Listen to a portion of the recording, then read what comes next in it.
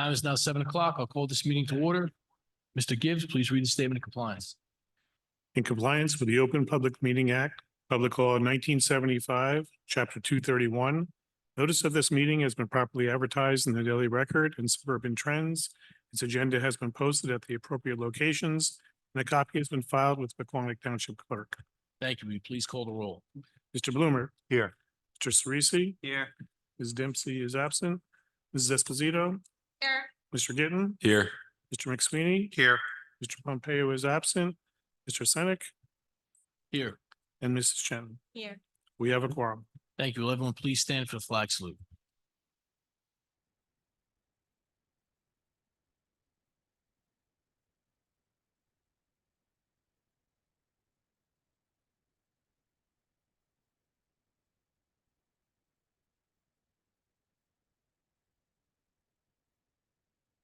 Hi, good evening, everyone. Welcome to our March 4th workshop meeting. Tonight, the board will honor Ryan Trocalar for becoming the Group 1 state champion in the 400-meter dash.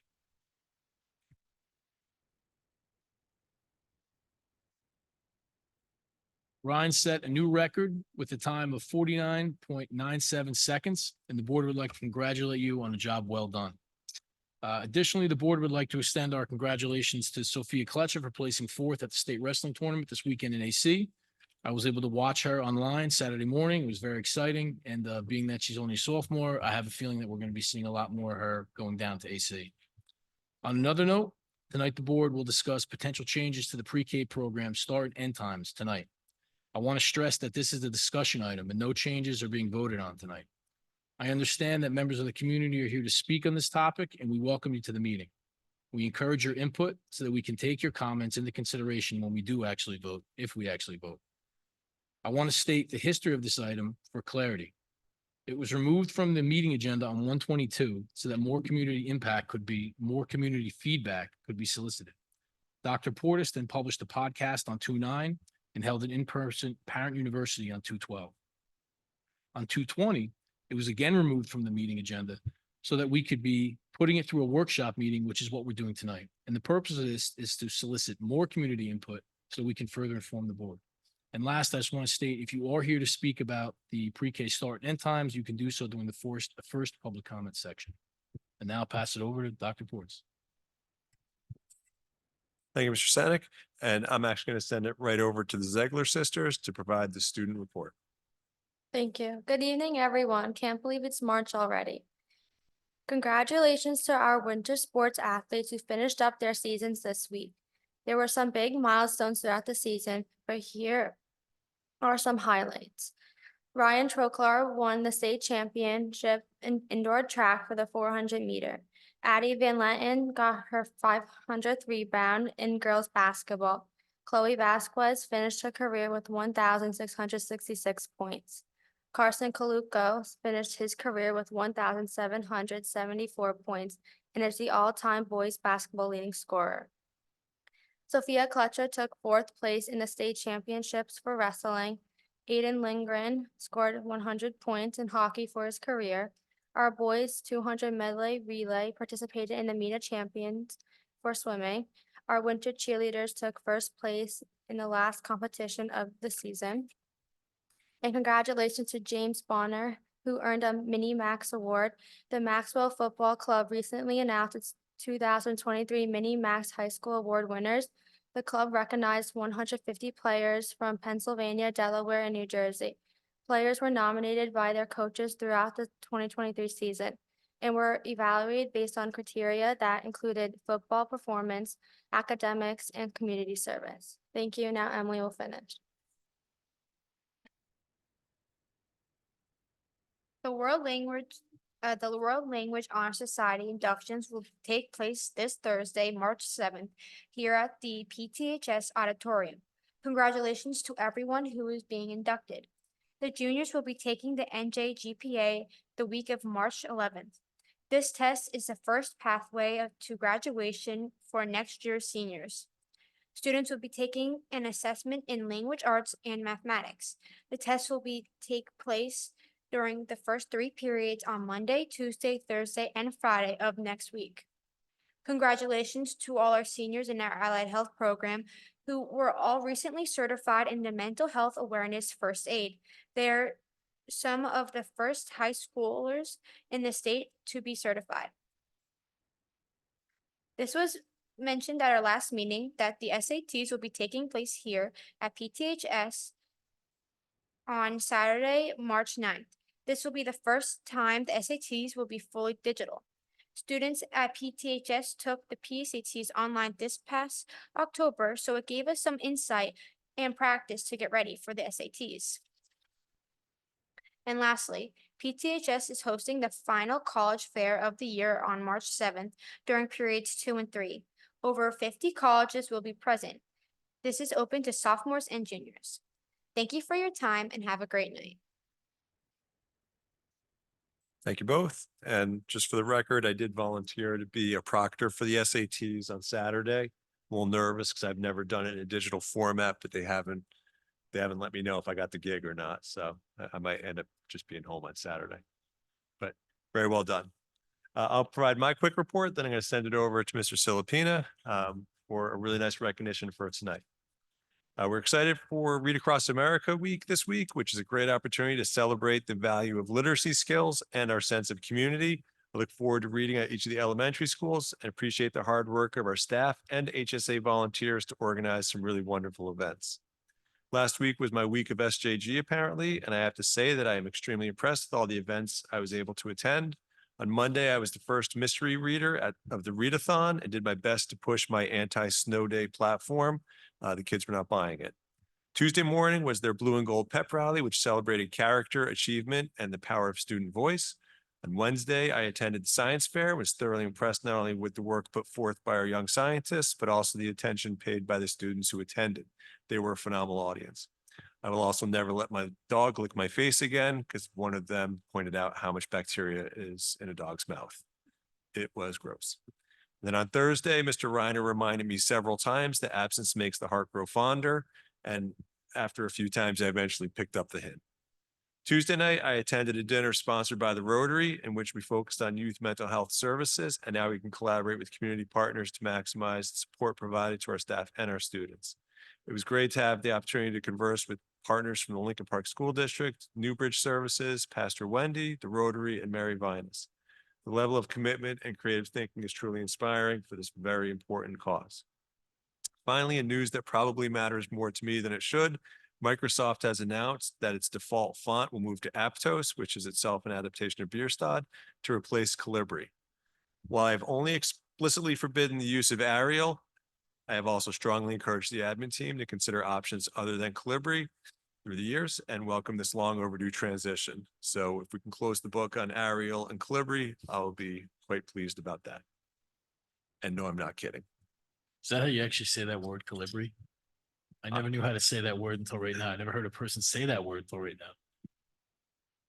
I'm guessing I have it right. I just know it's not a font of which I'm particularly fond. I mean, Arial is the dregs of all fonts, but Design matters. it does. It does. So with that in mind, now that I've probably either lost credibility or gained credibility, depending on people's perspective on such matters, I'm going to turn it over to Mrs. Silipina to try to rescue the meeting.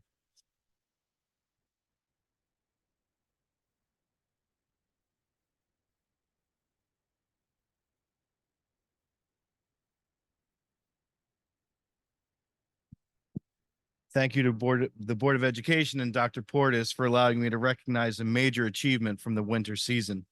This achievement has never been accomplished by a male athlete in our school history.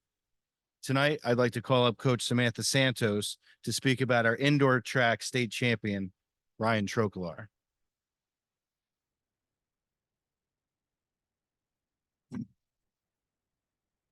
Thank you, Brian.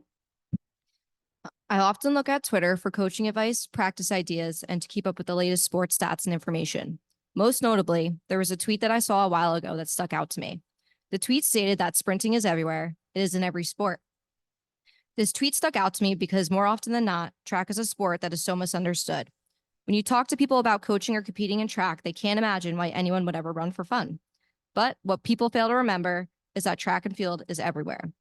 We all utilize a form of track skills in many different sports, whether it is sprinting to first base or maintaining endurance in soccer.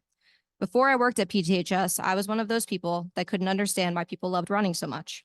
I'll never forget a conversation I had with Brian Silipina as I was stepping in as a rookie track and field coach for my first year here. Brian told me that I would soon fall in love with track and field and there would be no turning back after that. Well, I tell Brian, and often to this day, he wasn't wrong, and I can't imagine not being a part of this program. Ryan came into this winter track program as a freshman trying to find his niche. Was he going to compete in distance alongside his brother Matt, or was he going to try another area like sprints? Ryan's first year competing in winter track wasn't a normal one because we were still in the midst of a pandemic. Ryan competed in what they called polar bear meets, which were outside. Now, most of you don't know, but the indoor track is only 200 meters, which is half of an outdoor track. So Ryan started his first ever season on a unique note by being able to run indoor track outside. But he wouldn't get the experience of a real spring track season because he broke his tibia. In his sophomore year, Ryan ran a mix of events from sprints to distance, but ultimately he knew that sprinting was his passion. By his junior year, Ryan was eager and ready to start his season in events that he was passionate about. But after one of our indoor practices, Ryan felt a pain in his hip. He tried to work through the pain, but ultimately he knew that something was wrong. It turned out that Ryan fractured his hip and needed to take it easy for the rest of the winter season to ensure his spring season was injury-free. Flash forward to this season, Ryan was eager and determined to make his last and final winter season one for the books. Not to mention, this was his first normal track season barring any injury or pandemics. Going into this winter season, Ryan had already broken 4 outdoor school records for spring track, and he wasn't ready to stop there. Ryan continued to compete and break records throughout the duration of his season this year. Ryan broke the 300, 400, and 4x400 meter relay indoor records. Ryan finished his season by ranking 4th in the state for the 400 meter run and placing 5th overall at the Meet of Champions. Not to mention the reason that we're all here tonight, which is to recognize Ryan for being a state champion. Ryan's road to being a champion wasn't easy, and there were many bumps along the way, from a broken tibia to pandemics and a fractured hip, but is a testament to Ryan's hard work and dedication to this sport and his team that led him to this achievement. Ryan Trocalar is arguably the most decorated and successful male track athlete in PTHS school history. He currently holds 7 school records. He is a part of the all-county team for Morris County, and in fact, he is the first male athlete in school history to receive an individual state title. Ryan, congratulations on such a successful and wonderful athletic achievement. You're a role model to future track athletes here, and you have left your mark in PTHS school history. I'm proud to have been a part of your journey, and I look forward to seeing what you will accomplish in the spring season. Congratulations.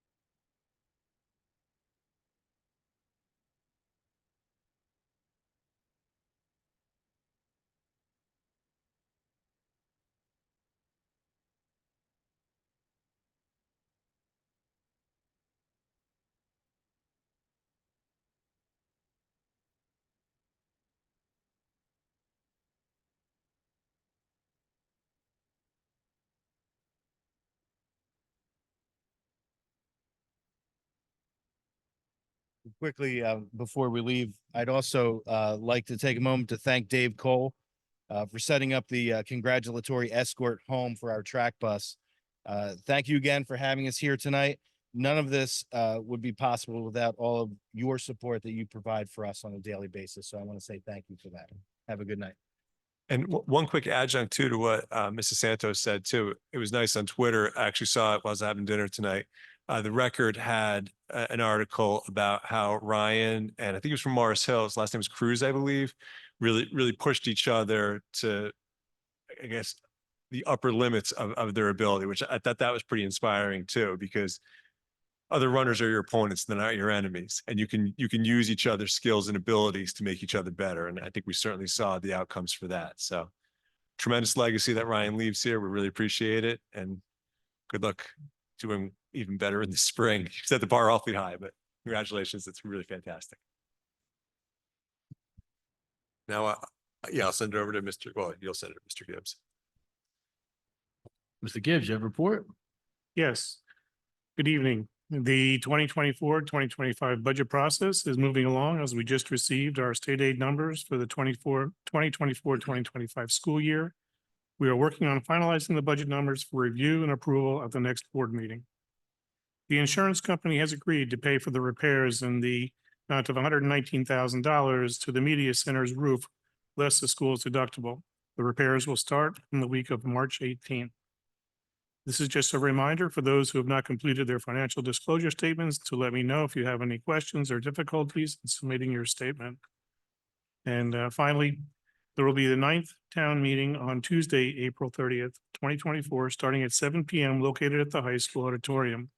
The town meeting will be a zoning board of adjustment meeting regarding the approval of One School Global's new facility that will be located across the street from the high school. Thank you. Thank you. Okay, that brings us to our first opportunity for public comment. Members of the public may speak once for a maximum period of 5 minutes by the clock during this portion of the meeting. Public may speak on any agenda item during their 5 minutes. If a member of the public raises a question, all questions should be directed to the board president, and please state your name before you sign in. Thank you.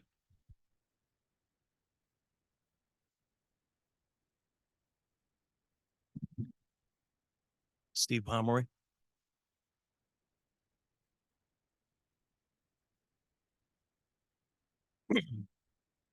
Hello, Dr. Portis and board members. I currently have 3 kids in North Boulevard School. 2 of them have gone through the pre-K program and 1 is currently enrolled.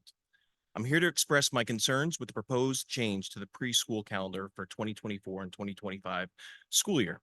While I understand the desire is to improve efficiency, I believe the proposed reduction of 45 minutes from the day would have the opposite effect. My primary concern is the potential negative impact on the children's development. Eliminating 45 minutes of instruction and interaction with peers goes against any current educational trend of viewing pre-K as foundational learning, especially considering the statement in your recent podcast, pre-K has become the new kindergarten. Additionally, removing specials programs like art, music, and library would deprive them of valuable exposure to diverse learning experiences. While gym may be more difficult, gym was just introduced this last year and could be eliminated because the preschool teachers should be allocating at least 10 minutes a day for outdoor play. Instead of reducing the school day, I propose exploring some of these alternative solutions. Rescheduled specials. Scheduling specials at the beginning or the end of the school day would allow for continued instruction and minimize disruption. This approach is already employed for older grades in the district, raising the question, why aren't preschoolers, why wouldn't they be treated differently? Have the specials teachers come to the pre-K classrooms. It was mentioned that the commuting between the classrooms is causing inefficiencies and the loss of minutes in the day. Can we have the special teachers come to the classes and allow for the pre-K teacher to have their prep time at the same time? Offer free aftercare program. To address concerns of working parents facing a 1-hour gap between the preschool dismissal and the elementary school pickup, offer a free 45-minute aftercare program within the existing classrooms supervised by the current preschool staff and aides. This option would include an opt-out provision for parents who don't require the extra time. And lastly, maybe shorter prep time for the teachers. If the goal is to increase efficiency, consider shortening the teacher prep time before or after the school day instead of reducing the children's time. While you mentioned the proposed model is used in Boonton, the comparison is kind of misleading. The program in Boonton is free for all residents due to a grant that their district was awarded, which is not the case for Pequannock's fee-based preschool. If the reduced schedule is implemented, a corresponding reduction in fees should be considered to reflect a decrease in services provided. While I know everyone on this board and everyone here is either played sports or have kids that play sports, the last thing we would ever want to do is tell them that they have a reduced amount of time in practice. In conclusion, I urge you to reconsider the proposed changes to explore alternative solutions that prioritize the well-being and development of our preschoolers. I look forward to your response and the revised proposal that address the concerns for all the parents.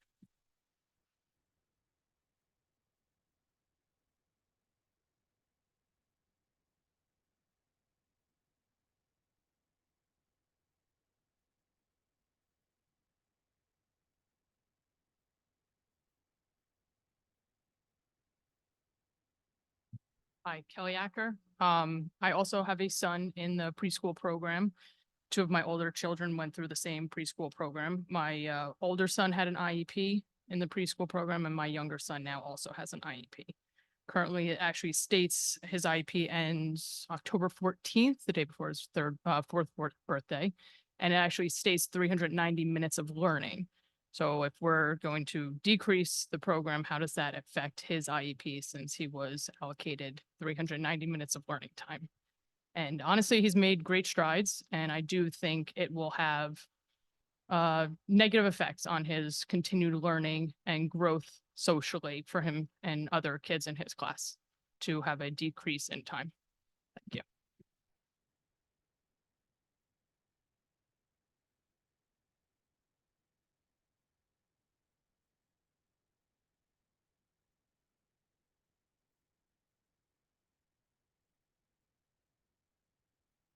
All right, both of you, thank you very much for coming out and giving us your input. This is why the board puts these things like this into workshop, so that way they can be presented in public and we could hear the feedback. Dr. Portis, you have any responses? Yeah, and just to echo that too, if you had typed up statements too, if you wouldn't mind sending them to me as email too, this way I have something I write down as fast as I can. It's not fast enough. But just a couple quick comments back. Definitely appreciate your concerns. And just to be clear too, we're not focused exclusively on efficiency. It really is also on effectiveness. This is something that was presented to us by the teachers. This was not a proposal that I solicited. And I'm not mentioning this because I'm trying to abdicate responsibility, like I'm the chief decision maker in the district, so I take that on. But this came to us from the experts. It wasn't me telling them, "Hey guys, let's find a new schedule." So this is something that they really felt would help them improve the continuity and flow of instruction as they provided it. There are certain factors that play into truly our efficiency. We inhabit a collectively bargained universe. That's a me problem, not a you problem. But we do try to manage everything within those parameters. We do want to maximize the amount of time that we can provide to kids, which I know sounds counterintuitive since we're proposing a shorter day, but we're trying to do something that we feel is in the best interest of their educational gains as opposed to strictly looking at quantity of time. We have looked at trying to have the specials exclusive at the start and end of the day. That pigeonholes you somewhat with how you can structure the elementary school schedule. I think at the parent university, I said putting together an elementary school schedule, sometimes like doing a puzzle with round pieces. It's more challenging than it sounds because we're dealing a lot with trying to ensure that students who are in special education programs, whether it's self-contained, resource replacement or in class, that their schedules can line up. Again, that's not something that you have to worry about, but that is something that we've looked at and tried to make it work. We're also trying to figure out the best way to schedule it so that IEP meetings can take place within the framework of the day as it's established. Having special teachers pushed into the classroom, that is something actually that we're exploring, trying to make it so that they can still have access to the kids and it doesn't have to be in those 50-minute blocks. I've talked a bit about some of our younger learners who are very vulnerable, do struggle quite a bit with transitions from one classroom to another. And that we lose an awful lot of their focus and their energy in that. And we are trying to limit that. As far as the aftercare, we currently have an RFP in place, which allows us to solicit bids from outside providers to provide aftercare programs. Something that we talked about on the night that we had the parent university was this is something we can stipulate that we want to see an aftercare program that can do something on site for the impacted students. Right now, in the current third grade group, we have 6 students who will have siblings at North Boulevard next year. So we're aware that there are at least 6 families that are going to need some type of support. The shorter prep time, we can't actually do that. That would violate the collective bargaining agreement. And then I know that Bruton came up because they use tools of the mind, and I just want to be clear, like I'm not looking to compare us to anybody. I want to do what's best for the system that we have here for our student population, for our staff. So I realized like we looked. We looked at the time that Kinnelon has, we looked at Montville, we looked at a few other neighboring districts, but comparisons aren't really something that we're really looking to focus on. They're good for informational purposes, I suppose, but really what we want to emphasize is is what we feel is best for the learning needs of our student population. Oh, and then I just wrote a note to self too, just to remind you to send me what you typed up. Um, uh,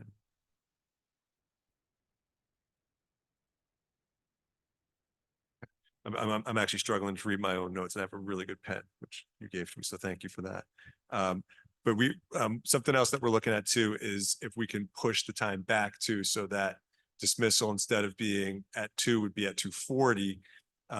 And the logic I see there is for parents who have to get to SJG or Hillview, make sure that they have enough time so they can get there in time. It probably sounds ridiculous when you think that North Boulevard's 1.5 miles from SJG, but navigating both parking lots, especially at drop off, can be quite challenging. So we're trying to be mindful of that, given our population of families we have. And then for the second speaker, I'm aware of the minute count being in the IEP, and honestly, that's something that I have to get more input from the child study team as well as Ms. Bronco about how is that managed. And that's something we'll have to get back to you on. I don't have an answer right now, but that doesn't mean there won't be an answer quite soon. And then we want to provide a program that's going to provide the greatest assistance to learning and growth. And obviously we're going to discuss that as part of the workshop as well. And I do appreciate, and I didn't mention it in my opening comments, but I appreciate that the board really wants to preserve the integrity of the committee of the whole format and have a public conversation and really get a chance to tease out ideas. And I said it at the parent university, and I hold true to it. There's no way we're going to think of everything. And that's why it's really good we have a population of families that are very comfortable addressing things. And we've gotten emails and it's been helpful. We even had one parent suggested a facility we can look into as a possible home for a pre-K program, which gets tricky with the parameters the state sets forth, where we have to have 950 square feet per classroom. But it's tough to find space in this community, but if we can find it and take advantage of it, we certainly will.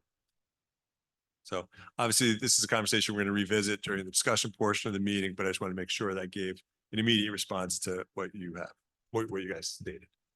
And I would encourage you both to stay for that discussion so that way you can hear what the board says. And then also, there's another opportunity for public comment following that, which you can speak about anything. So if there is something that we say that makes you think of something else you want to say, you'll have that opportunity as well. All right, I'm going to close public comment and we'll move into the approval of the action items. Up first, PMC. Mr. Cerisi, will you please move PMC? I would like to move PMC 203-24 through PMC 207-24. Second. Any question or discussion? Mr. Gibbs, please call the roll. Mr. Bloomer, Yes. Mr. Cerisi, Yes. Ms. Dempsey, Yes. Mr. Gittin, Yes. Mr. McSweeney, Yes. Mr. Pompeo is absent, Mrs. Shenton, Mrs. Esposito, Yes. and Mr. Senick. Yes, Motion carries. thank you. Mr. McSweeney, would you please move CIS? Yes, I'd like to move CIS 73-24 through CIS 76-24. Second. Any question or discussion? Mr. Gibbs, please call the roll. Mr. Bloomer, Yes. Mr. Cerisi, Yes. Ms. Dempsey, Yes. Mr. Gittin, Yes. Mr. McSweeney, Yes, Mr. Pompeo is absent, Mrs. Shenton, Yes. Mrs. Esposito, and Mr. Senick. Yes. Motion carries.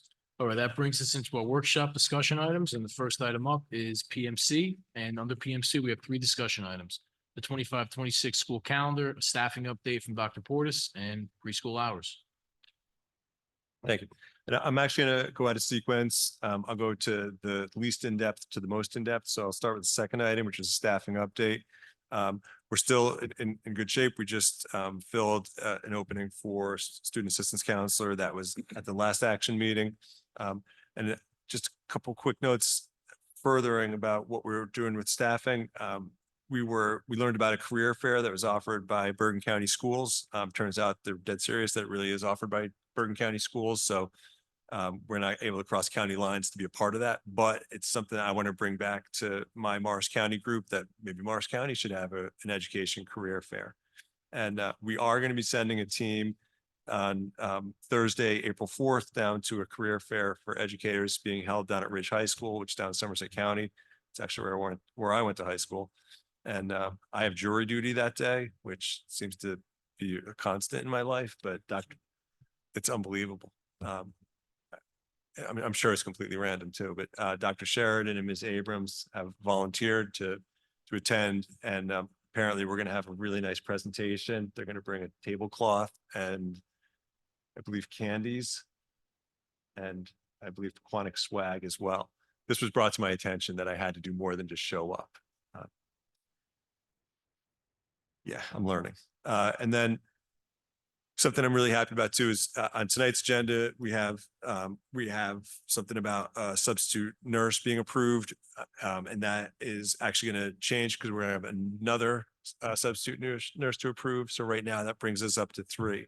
And what I'm really happy about with this is we made an appeal to the community that if we had anybody who was a nurse, an RN who was looking for an opportunity to work part-time as a nurse in our schools, we would definitely look into bringing them on. And right now we're up to 3, and substitute nurses are very, very difficult to find. So the fact that we have community members who've answered the call and really want to help to pitch in is great. And I think once they see what the experience is like in a school, we might be recruiting some more school nurses. Yeah, so I'm really excited about that. All right, any questions about staffing? Great. And then the next item is and my office generated a proposed calendar for consideration for the 2025-2026 school year. This is something that contractually I do review with the association. We have not had a meeting about that yet, so this is all very much in the speculative phase. As a courtesy, I also meet with Mr. Reiner, who's president of the Principals and Supervisors Association. And we review the calendar to try to figure out, not just for professionals, but also for kids, what works best. But it's in backup, so you have an opportunity to bring up any questions or concerns. And I've already heard one expressed a couple times. I have a quick question. So I see that that the students come back, students and staff come back. They're off December 23rd through the 1st, but then they only come back for one Friday. Do we think we would even have enough kids to come back? Like, you think kids will, I mean, we're just gonna bring them back for one Friday? Say if we do have school open, and I'm not trying to sound like just- Harvey Hard guy, I expect the kids to be here. Yeah, I'm, you know, I'm not Pollyanna at the same time. Like I'm aware that some people might take very long vacations. Yeah, But I don't like having that just hanging out there that one day back after a pretty lengthy break. And I know even in typesetting, we talk about widows and orphans. You don't want something just dangling, and that's what I feel like this is almost dangling. So, and I realize that not everybody has the calendar in front of them. The 2025-26 calendar, one of the great things about it is Labor Day is September 1st, which allows us to go back on September 4th, which is that Thursday. We'll have our 2 days of staff development, and then we'll be back September 4th.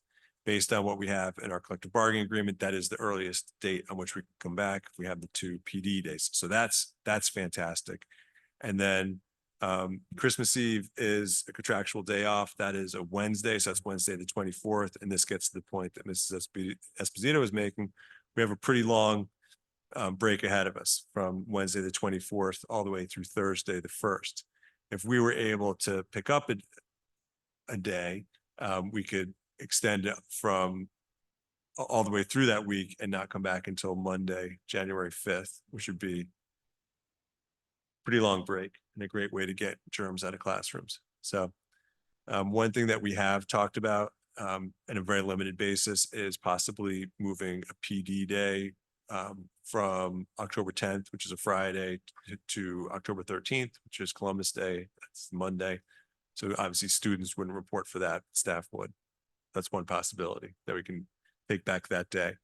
Our day for PTHS graduation is June 18th, which is a Thursday. I'm quite pleased with that. I do try to avoid June 19th. It's a federal holiday. I want to be respectful of that. So as much as we can, I'd like to avoid that. I know this year it's our graduation day for PTHS. Can't go back on that, but I'm mindful of that aspect of the calendar as well. And then just one other thing, spring break begins on April in this tentative calendar. Please don't anybody make plans around this.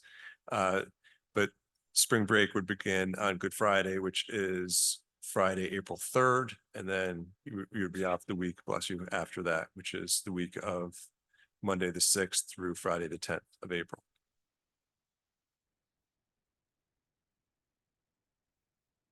That was a lot. So one of the possibilities could be moving the spring break to the week before. Pick up the Good Friday day and you would have 4 days, right? So the kids, so it would count as one extra day. Correct. Yep. And that's a way that you can always get back a day. So you would start spring break on March 30th, which is a Monday, and just run through Good Friday, which is Friday the 3rd. And yeah. Which is basically what it is this year. Same time frame. Yeah, I think 29th this year.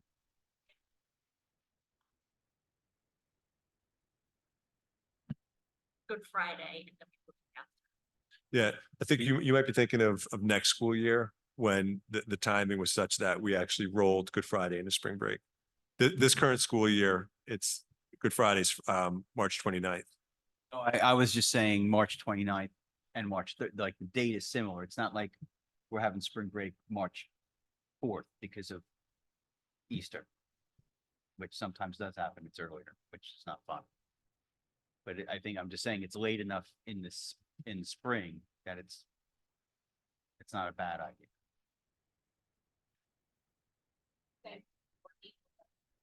Yes. Yeah. Right. If it was moved a week earlier. It was moved a week earlier and that week was like March 6th. I might say that's probably not a good idea.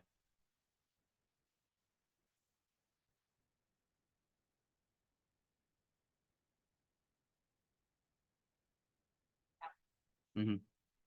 Right. I just think that that's the January.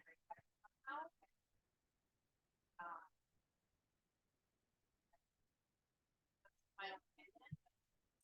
I don't see what we get out of coming back on one day on Friday. Or bring them back on the 29th, 30th and 31st and then go back.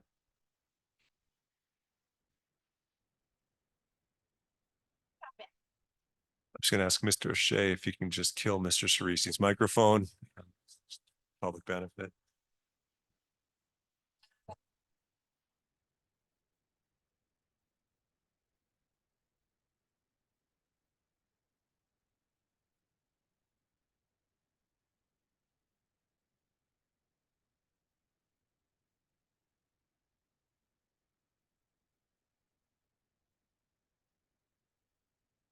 Yeah.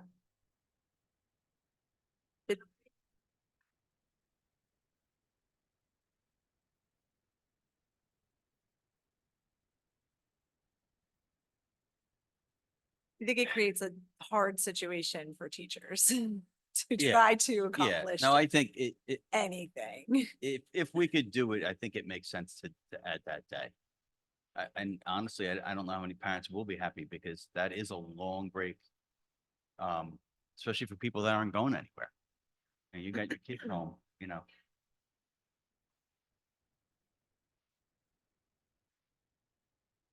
Mm-hmm. Right. If we had staff report for a PD day on Columbus Day, does that create like a need to give them another holiday somewhere, or would then that Friday essentially be that for them also? Now, that would be okay. We would have to float a holiday for the custodial staff. Okay. Anybody reported that day. But it works out with the PTPSA contract. It also works out with the PTEA contract. Okay. Anybody else? I just want to compliment Dr. Portis's team on the new template. I think it's awesome looking. Very nice. I was gonna say the same thing. It looks phenomenal. Yeah. And I'm pretty sure she's probably watching right now, and I might actually get a text from Mrs. Ogg, who will text me during meetings, despite the fact she knows I can't multitask at all. But I will certainly let her know because I like the template a lot too. I think the font choice is outstanding. I feel like the spacing, the colors, and I like Design matters. it does. And for once, I'm agreeing with Mr. Cerisi on something, but even we talked about making it so that that center portion of it is grayed out so that it stands out from the calendar days. So we tried to make sure it wasn't too busy, but it was also color coordinated. So I will certainly pass along that compliment. Yeah, but just, I picture myself entering it Oh, all the into my sun. calendar, and instead of using all the little there's boxes, all sun the critical information's in the middle. It's awesome. Thank you, Mrs. Aug. All right, moving on to preschool hours. So I have one comment on this, just to start the conversation. So the one thing that keeps coming up as far as my evaluation of it is how it affects kids with special needs. And the one comment that we received about IEP minutes, and I want to make sure that that's not a concern. And if that is a concern, what's the plan to work through it, to make sure that we are in compliance, and also to make sure that, most importantly, the kids don't lose any time from their IEPs, or the kids also don't have to, regress at all because of this.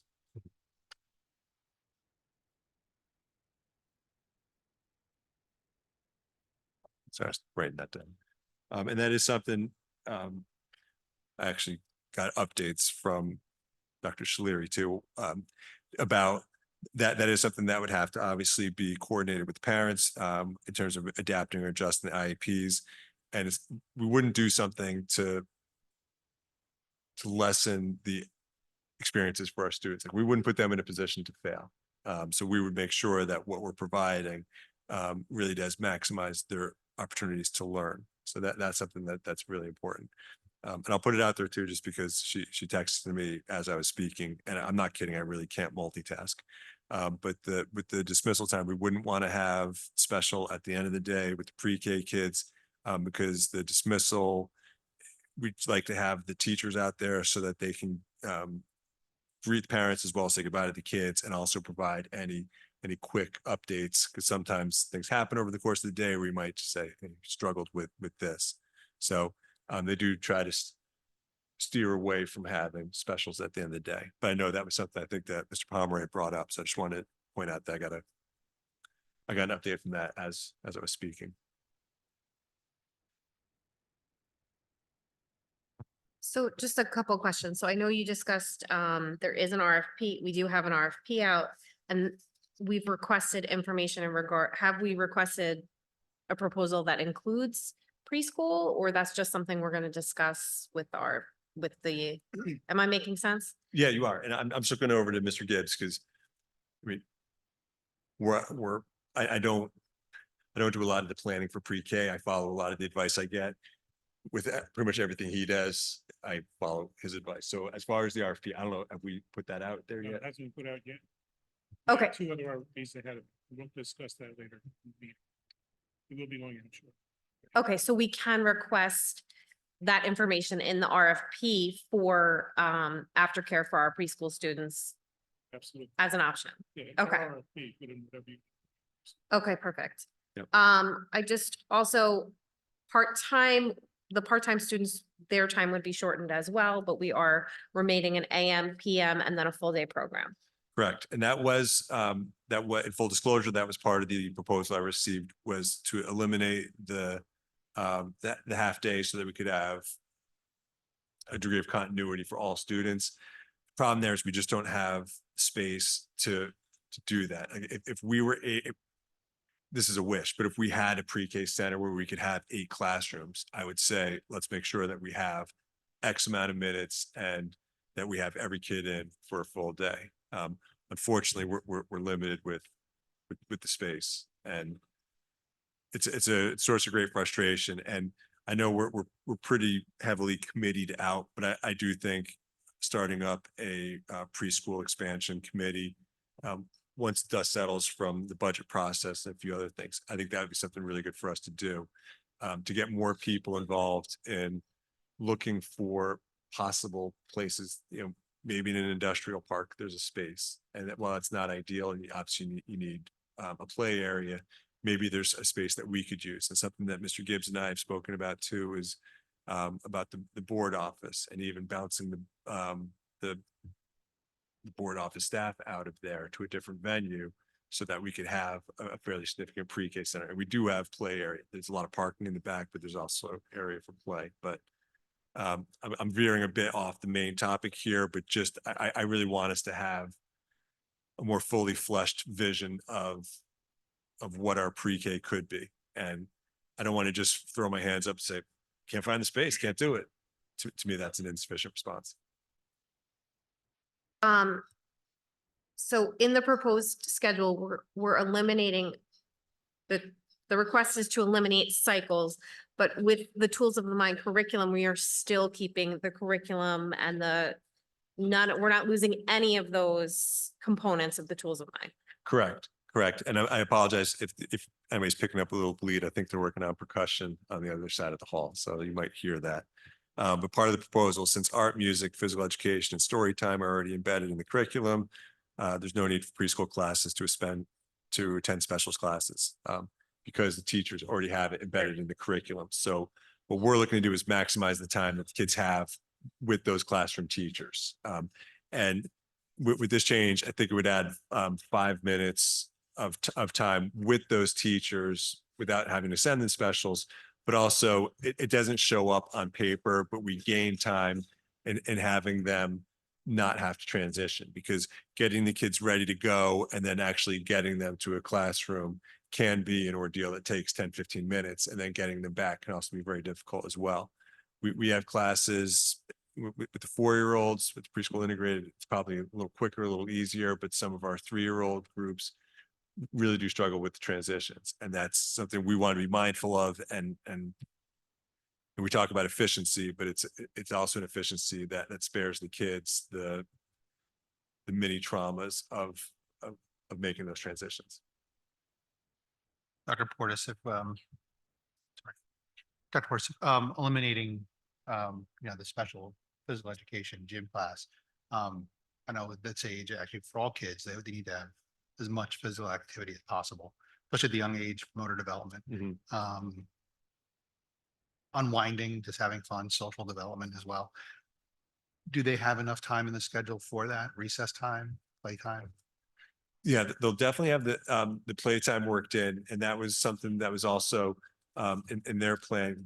They broke it down as providing an uninterrupted block of make-believe play as well as a block for free play. And something that I do like about having a schedule where the teachers have the kids for the full block is they're not tethered to, oh, it's 9:14, time to go to the library.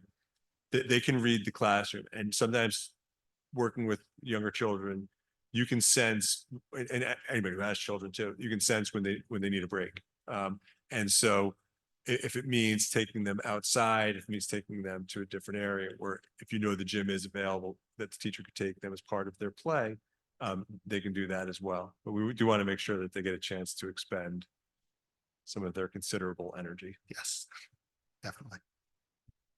Thank you.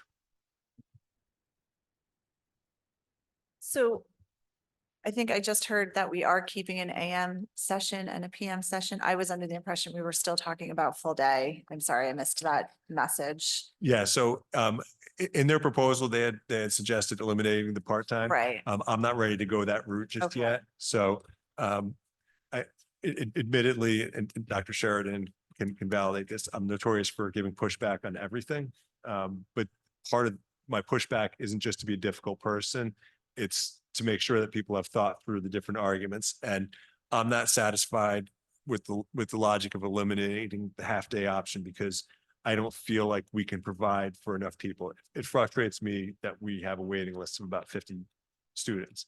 Because as I see it, those are kids who are interested, or families who are interested in being part of the school district early on. And that was something that even I inherited when I took over this position back in 2019, was trying to find ways to increase our classes. But as we keep adding more self-contained classrooms, which is a good thing at the elementary school level, because we're able to keep more of our students in district, we're losing possible spaces. And I had a conversation with Dr. Schleary and Ms. Bronco that the school district that we are right now in 2023-24 is a lot different from the one in which I was a principal. And I wasn't a principal that long ago, but we had an empty classroom in Hillview in 2017-18. And right now, the idea of having an empty closet would be heaven sent. So just, it's just a different experience right now. So then what is the timing of the day then? Like AM session starts and ends, PM session starts and ends. Yeah, I think that's actually in, That's what's in the agenda? yeah, it's on page, Okay. it's on page 8. I couldn't recite it chapter and verse. Thank you. I'll take a look there. Yeah, and there's the one other thing we're looking at too is if we can, if we can push it back to a start time that's after the elementary school kids are dropped off. And something that I've tried to be cognizant of, and I've tried to be, that I am cognizant of is being aware of if I have a kid and I'm picking them up from pre-K, am I going to take them all the way home and then bring them back for a 3 o'clock pickup? Or if there's a way that we can have it so that that time's limited. I feel like if it's 20 minutes or so, you can go on the playground. If it's not so great out, you can sit in the car. But the thought of sitting in the car with one of my children for an hour, it sounds like a torture devised in Greek mythology. So we want to avoid that as best we can. So if we do have other options that we can have available for the parents, specifically those who have kids at North Boulevard, we want to make sure that we explore that. And that's where I think the RFP comes into play as well, because we're in a position right now where we can make demands of the vendors who want to provide morning care and aftercare services, which we could always do. But now there's a little bit more teeth behind it. Can we get? The RFP was sent out, correct? Not yet. Not yet. When is that being sent out? And then how long do we have to get responses? Like what, April, 20 days to get responses. Okay. So by the end of April, we should have some. And how many, I mean, company wise, like how many responses would we get a guess? We're gonna start having to sift through. Well, my last district, we went out for an RFP and we only had 2 responses. Really? Yeah. Okay. And we know already who's gonna respond, obviously. Right. Are we expecting low turnout on this? That they're done? Well, there's not too many of them out there. Yeah. All right, I didn't know that. I still trying to wrap my head around this whole thing. I look at 45 minutes and I'm struggling with that. I see the pros and cons. I see the schedules currently. I'm just trying to put that in sense of like any other grade, right? What that would do for cutting 45 minutes off of the school time. It just, I don't know. I still have a lot of questions on this. Unfortunately, some of these I have to ask. I can't ask at this table. But I don't know. It's just different. It's different at this. Logistic wise, it's different. It's difficult for the parents. I just still trying to wrap my head around this. Are we able to get a schedule of what it would look like? I don't think I saw that in there. We have a breakdown of what it currently looks like. Right. Is there any way we could get one, like we have the current 2023, 2024 breakdown? Is there any way we could get one for their proposed 8:15 to 2, or did I miss it? I could have missed it. No, you missed nothing. So I did put in the backup a sample of a PSI schedule and a Yes. PSD Mhm. schedule. And what you see is the kids don't have specials every day either, because it varies between either morning or afternoon. So the morning group might have special 3 times in a week, where the afternoon group has it twice. But we can definitely develop something. And I keep getting messages from Dr. Shalir, who's clearly watching the live stream. I'm just going to make a note, and I'm sure she can hear me as I'm saying this right now, to generate a sample schedule so that you guys can see that. And quick thing too, just to get to Mr. Bloomer's question as well, and about the RFP too. We've gotten a few solicitations from vendors, and normally I'll just delete them because I get so many vendor emails, but I have been forwarding them to Mr. Gibbs saying this might be a possibility for an RFP. Now, they might be blindly sending them out to everybody who's a super in New Jersey, but at least those are leads that we can follow up on. But this is pre-K is a much different beast from any other grade. Kindergarten is somewhat of its own entity as well, because kindergarten is not mandatory in the state either. 1st through 12th grade are compulsory. But in terms of the services being provided to 3 and 4-year-olds, most of the students we have because of identified needs through IEPs. And we also have students who are general ed as well, but it's a different entity, and it's one that it is still fairly new to the district. But as I said to the parents who spoke, and I said at the night event that we held as well, whatever questions are generated, and don't worry if they seem like, or ideas, I don't care if they seem like they're the most brilliant or worst ideas ever, send them my way, because I have to say, I've learned more about pre-K in the last 3 months of my life than I ever would have known previously. And it's through these conversations, and it's through questions that parents have asked and questions that you guys have asked, and ongoing interactions with these teachers as well as the administrative team. Dr. Portis, I have a question I just thought of, and I don't expect you to have the answer at all, but if you could maybe get it for us. What's the breakdown of student attendance, AM versus PM versus full day? Just from like a curiosity perspective.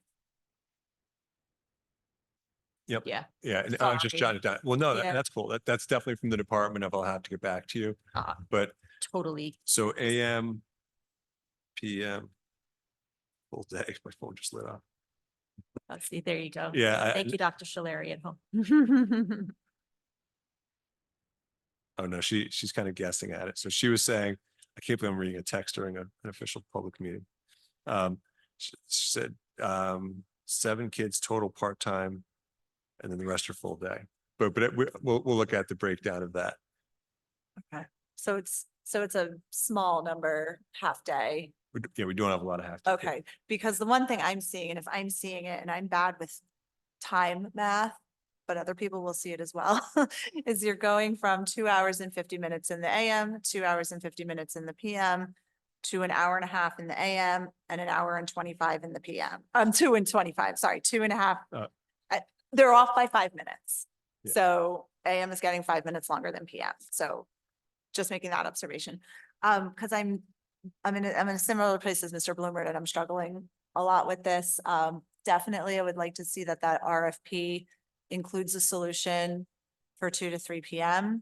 I know, part of the proposal to us said that a lot of parents who have to pick up at 2 schools or who have multiple grade levels, they ask to have their kids dismissed a little early, 5 minutes early anyway. But that's 2:40, not 2 o'clock. So I think that does make a big difference for families. And I would not want to see, and even if they were going to aftercare, I mean, we already have a situation where, and I think this has to do with the aftercare laws, and I'm sure there's a good reason for it, but preschool kids, the youngest kids are put on a bus and sent to a different facility, and the other kids going to aftercare at North Boulevard are staying on site. And so that, I think we need to address how these children are being cared for after school if they have 2 working parents who cannot pick them up at 2 o'clock. And hopefully we can find a vendor that can do that. I did have a question about the amount of contact, like direct instruction the students are receiving from their primary preschool teacher in the current model, because I know a lot of the concern is over the transition to the specials and the going to other areas. So are they gaining more time with their tools of the mind trained teacher? What is that looking like in terms of a comparison from the old schedule to the proposed? Yeah, so on paper, it's 5 minutes additional time with the tools of the mind trained teachers.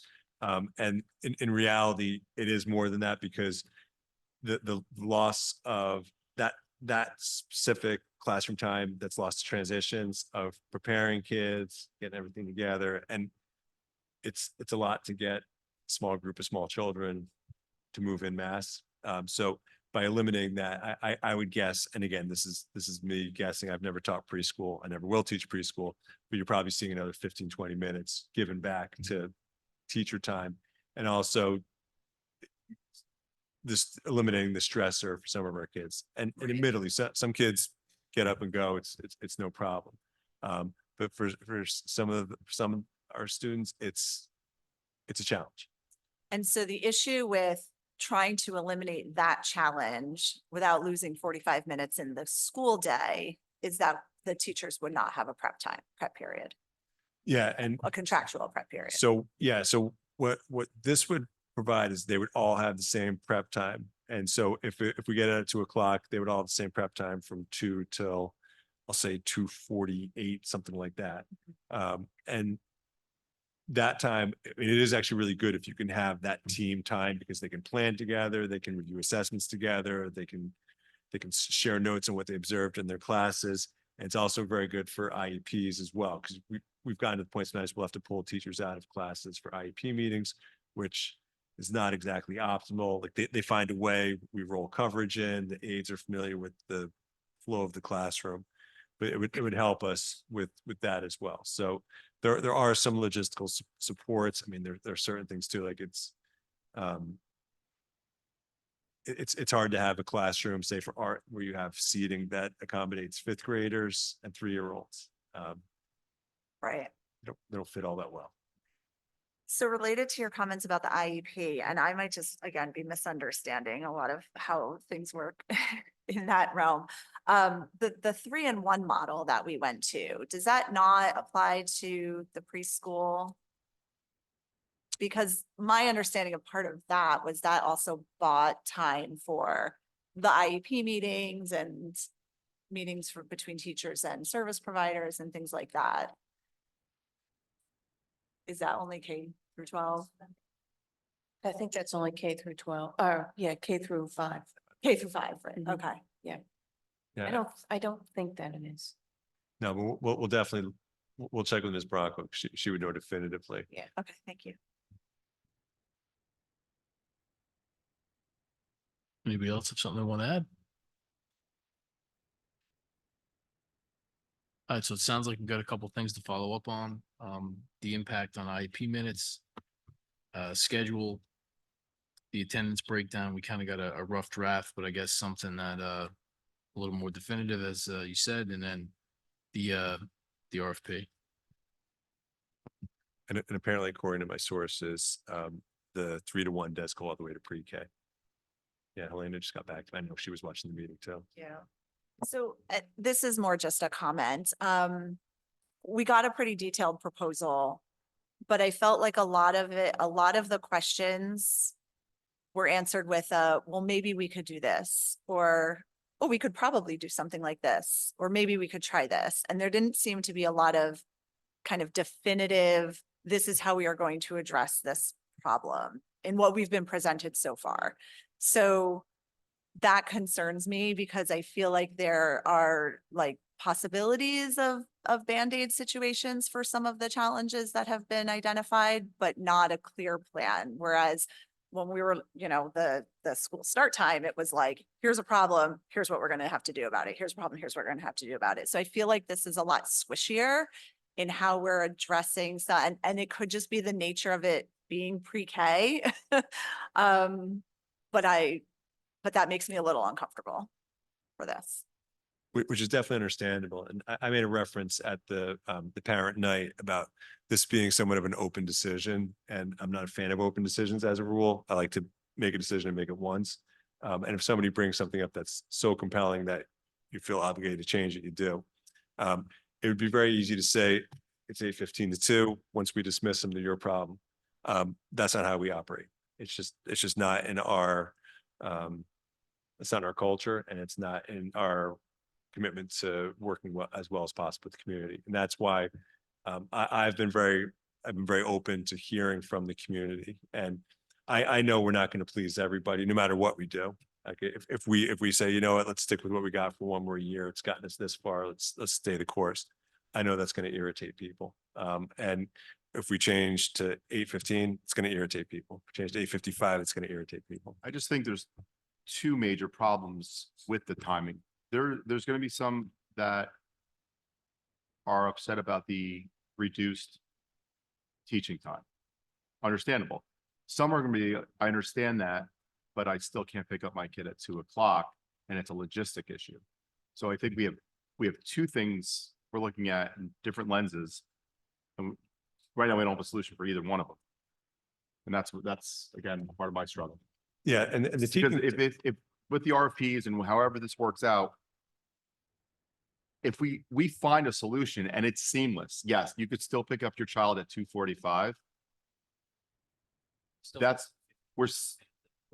So, I'm sorry, so here's my only, if the time change isn't, if we're not gonna reduce it by the 45 minutes, which is, I definitely understand. If you're looking at the schedules of the teachers, right? The students are receiving instruction in every area within the classroom for no more than 30 minutes. But then we're having them go to cycles for 45 minutes. That's a tremendous, for a preschool student, and I work with preschoolers, I have preschoolers in my building. That is a tremendous amount of time for, like, right here, they're in music from 10:06.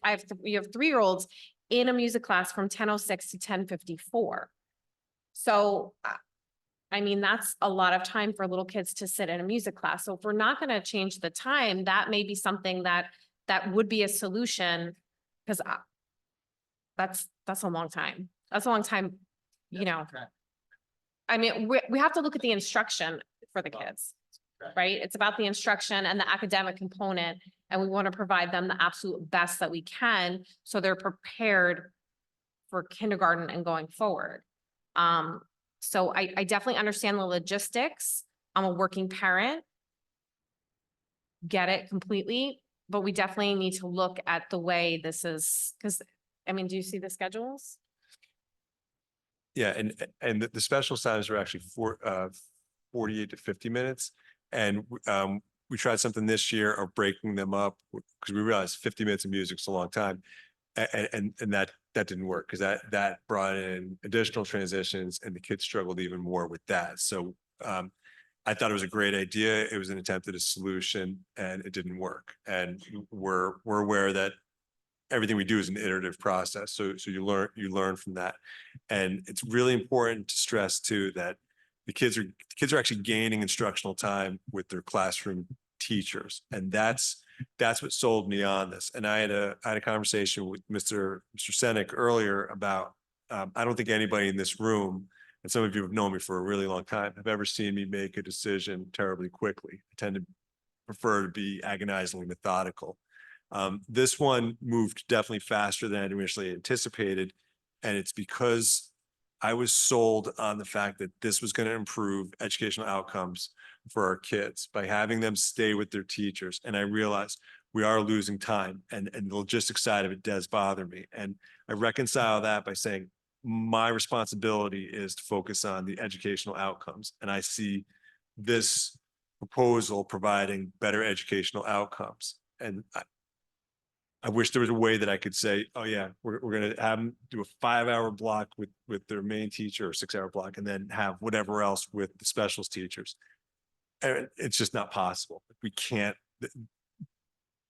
Well, at this point, we haven't found a way to make it work, and we've turned over an awful lot of stones trying to figure that out.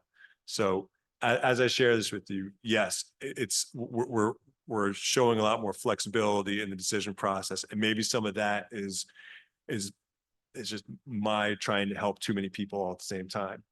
I'll take that.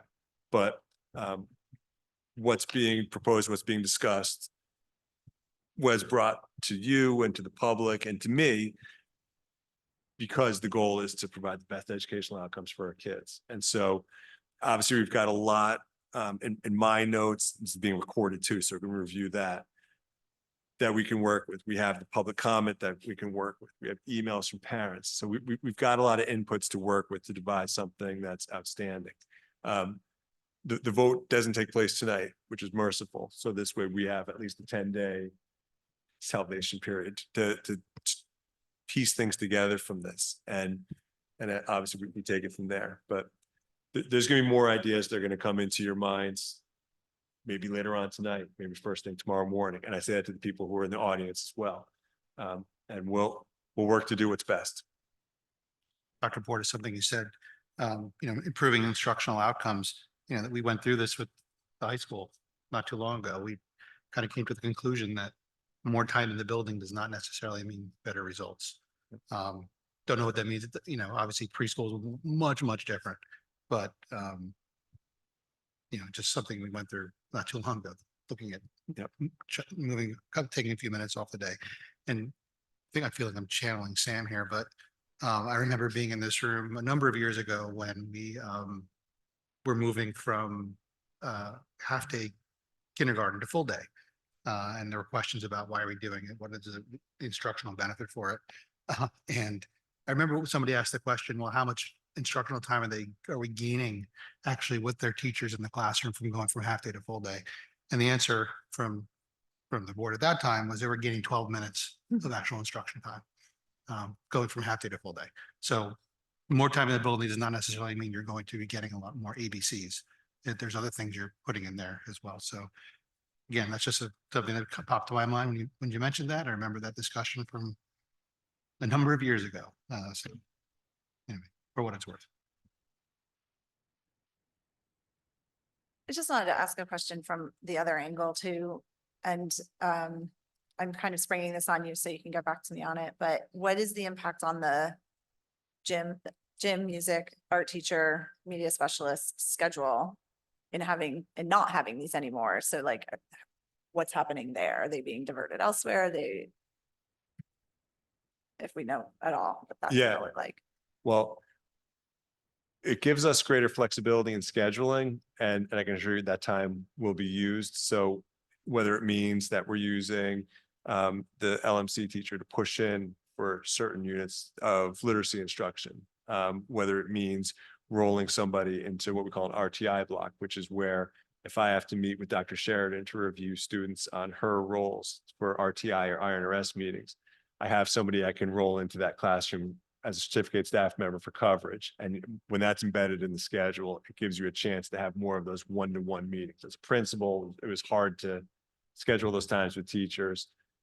So if you have a staff member or certificate, you can roll into the classroom, it helps you. So we would definitely maximize the time we have with those staff members. Like there's no way we'd say, you know what, guys, you get an extra X number of free minutes now. Yeah. I'm sorry. And sometimes, oh, sorry, quickly, and sometimes too, where that really helps a lot, and this bailed me out a lot when I was a principal, is you can use them for enrichment blocks during recess as well. And for me, as principal, when I was at Hillview, I had so many kids during recess who wanted to go to the media center and really celebrate the world of Mrs. Monroe, and I don't blame them at all. But that was a really comfortable place, and it was exciting too. They had chess club, they had whatever else. But if I had those openings in her schedule where I could schedule the enrichment blocks, it helped me out a lot because during the lunch recess period, I had another place where I could send kids, and it helped. We were always short lunch aids as well. But those enrichment periods, you can do them with music, provide lessons, you can do them with art. So there is a lot that you can maximize there. Question. So I'm not so concerned about what other public schools are doing in terms of their pre-K program, because our kids can't go to those programs, but parents do have choices on pre-K programs. There is a lot of private schools around here that do pre-K, have pre-K. I don't know which ones have full-time versus just half day, but do we have any of that information readily available that we can see? Because again, expansion's our goal, right? It's something that we want to have people continue to enroll and we're obviously looking for ways to expand and room and everything in between, but the school that they do have a choice to go to, do we know the details of how many hours they're there, regardless of what curriculum, They're- just the hours? Yeah, the biggest difference is going to be contract. Is that they don't. No, and I understand all Right, that. I understand there's so many variables, but I'm just just black and white hours, like, Right. you know, are they getting out Yeah. at 3? Are they getting out at 2? Are they getting out at 2:30? And that's kind of what I want to know. So you're not asking about other school districts. We actually do have some information about other school districts. I understand. You're that, asking about, nobody can send their kid to one of those. yeah, so like if I don't care about if that. Montville, Backfill chapel. yeah. I want to know, you know, what, again, Yeah, want to know. some of what- them go to 6:15. Yeah, so and it's not daycare. I understand it. This is not daycare. But Yeah. you know, there is that fine line between pre-K, daycare, and why parents are choosing to send them to pre-K versus daycare. So that's just some information I'd like, in terms of me making my decision.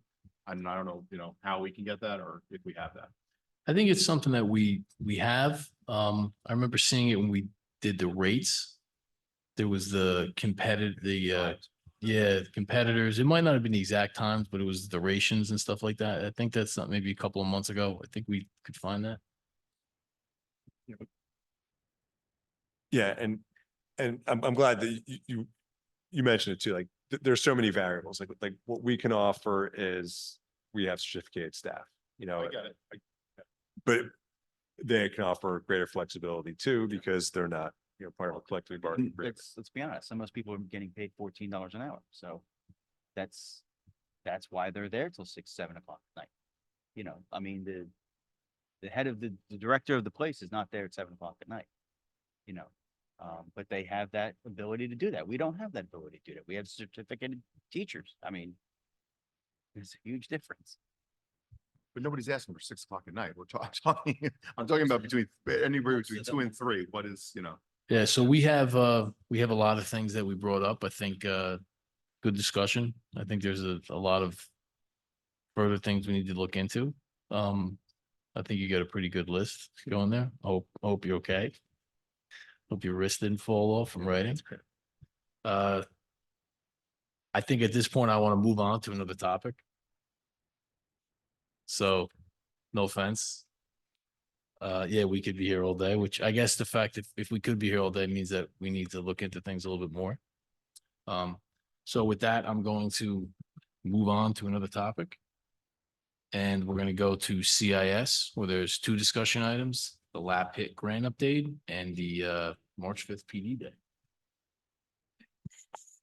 So the LAP is the Learning Acceleration Program, High Impact Tutoring Grant, which we were awarded back in early November. So this targets our grades 3 and 4 students who were most at risk. And so the data is now coming in. We're about to make our first interim report to the state of New Jersey. So overall, I just wanted to give you guys a little update that the tutors at the 3 elementary schools are really positive about the growth that they're seeing in the students, that they are addressing their needs through a range of methods, including using the concrete math manipulatives, modeling, worksheets, and gameplay. They found that the small setting really allows for that immediate feedback and fostering a conducive environment for learning, which is really good. Teachers have noticed increased confidence in the students in those small sessions, so that's really, really good. Parents have expressed positive feedback and gratitude for the additional support. The teachers are sending home reports monthly to parents, which it's great to have that communication, but it also makes it a little bit difficult to see significant progress when we're doing 2 days a week and over just the 4 weeks. So recognizing too that it might pose a challenge where parents may not be seeing that growth. But I was looking at, I have to get better at doing data in a spreadsheet, and my spreadsheet that I started putting together is such a mess. I'm so embarrassed, but I can see through the schools that I was looking at that their students are increasing from that need support into the approaching to the achieving in areas of text structure, summarizing, identifying evidence, identifying theme, things like that. So, and in math, their number sense and things. So it's all really, really good stuff. Really, one of the only concerns that the teachers had was the attendance and some tardiness. And there's not much that they can do about that, teachers themselves, but because it is just a couple sessions a week, if students are tardy or absent, it makes it difficult to kind of catch up. But other than that, everything seems to be going swimmingly. This goes throughout the school year till This will June? go through till May, till the end of May. Yep. Yep. So, so good stuff happening there. And something else to interject with too, especially knowing it goes all the way through May and we're now entering the high testing season. Yeah. When I hear you saying that the teachers are seeing increased confidence from the kids. Yeah. That's the game changer. And Yeah, I think you all know I've spent a lot of time professionally focused on standardized test prep. And if you want kids to succeed, it all starts with what they internalize about themselves and their abilities. And so you're working with kids who we've identified as those who could really benefit from that increased skill, focus, support, and then to have the confidence part imbued in them is just really fantastic. So Yeah. I think it's great. So, and then tomorrow is our last PD day of the 2023-24 school year. I know, right? So some good stuff going on with PD, that I've witnessed and then I'll talk a little bit about here, but for our elementary teachers tomorrow, it's the last of our Ready Math PD. So we've had a 2-year contract with Curriculum Associates. Tomorrow is our last session. If we feel the need to extend, I certainly will talk to Ms. Murata, who's our math supervisor, about that. But I'll talk a little bit more about that, about math PD in a minute. So, so our K-5 teachers will be doing that. Dr. Shilhari just texted me as well that I think we'll use some of the preschool time to talk about some of the questions that came up tonight to address some of the concerns. So they'll have time tomorrow to do that. And then the other staff were doing some CPR training, just quite an array of stuff, but it really is just really that last part of our math PD training for our elementary teachers. For our middle school and high school teachers, we're continuing with providing some small group differentiated instruction PD. We began that, the curriculum and instruction team began that in February. And we surveyed the staff to see what additional questions or concerns they may have had. So we've structured tomorrow's PD to address specifically 3 of their primary areas of concern. So we have rotating sessions that the supervisor team will cycle through, also with the building principals at Hillview, at PV and the high school. So it should be a jam-packed day of good learning for all our staff. So with that said, I also really want to thank the board for allowing us to send cohorts of teachers to Conquer Math PD. So I sat in, okay, I'm not a math student, and Dr. Shilhari is probably going to text me and say, yes, you are. But I am not a math student, and I have struggled for decades to understand algebra. And yet I attended the Conquer Math Algebra PD and I actually got it. I felt really very good, but the activities that they're doing are fantastic. Nancy Schultz has been doing such a great job. It really, we've purchased additional manipulatives for our high school and middle school classrooms. So it's just making math visible is really can help make that abstract much more concrete. And that for me is what did it, because I learned math through, I don't know, Sam, you might remember. I mean, you folded the piece of paper into 16 little boxes and you had to complete the problem in one little box. And it had to be in that box. And that's just not the way math is done today.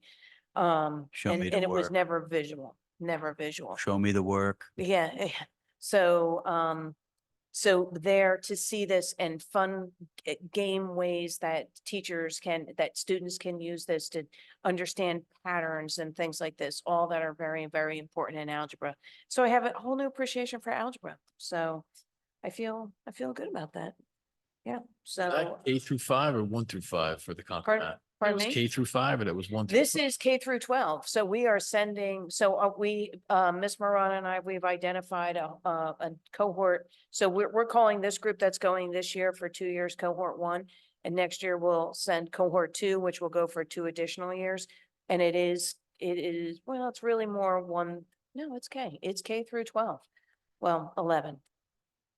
Could be some 12 teachers in there, but 12th is not mandatory for math, but we have teachers who teach statistics going, algebra 1, algebra 2, geometry, and then grade 6, 7, 8, algebra down there, and then K-5. So it's been great. Everybody loves it. It's right in town, beautiful facility. Nancy Schultz does a great job. So thank you for that. So that's it. That's my And if we PD. have a staffing shortage, we actually have a new algebra teacher ready to go. So one more Well, benefit. oh, no. Yeah, Is- no. Is Concord Math something you'd like to continue next year? Pardon me?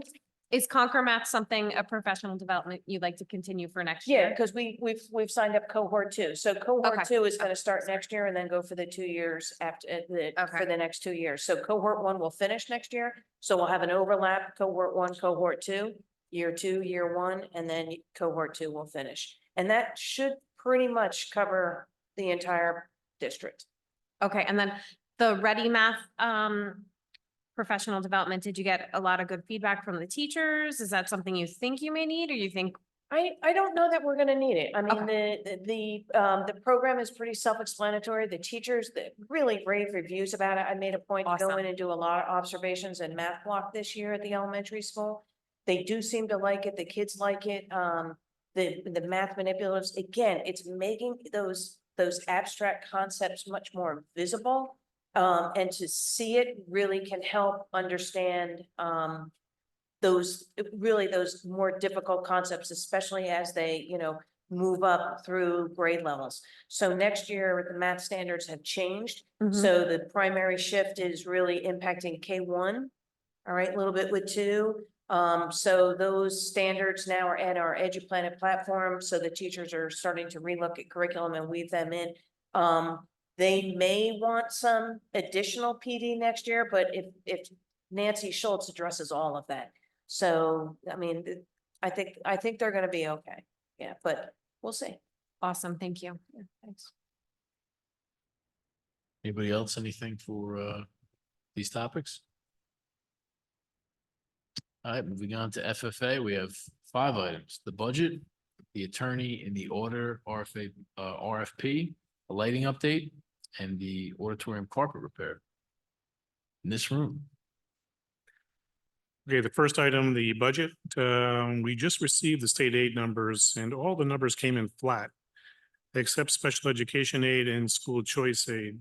Special education aid went up 254,000. And choice aid went up $33,700, so it's not a lot.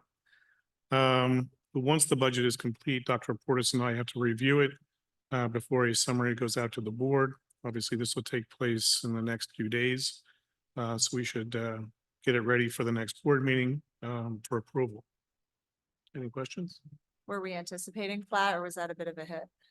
No, usually you anticipate at least 2%. Yeah. So it is a hit, that but sounds it's not, we haven't lost any aid. A Okay, lot of districts have lost aid, so wow. we're lucky. Yes. Yeah, and the funding formula is pretty flawed. And it's an open secret in education, but some of our neighbors took it on the chin where Butler lost 24% of their state aid.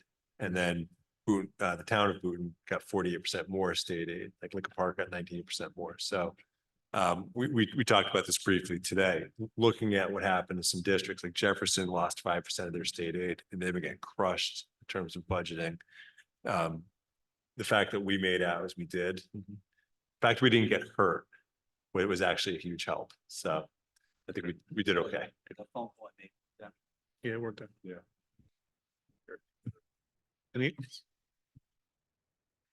Any other questions on the budget? No.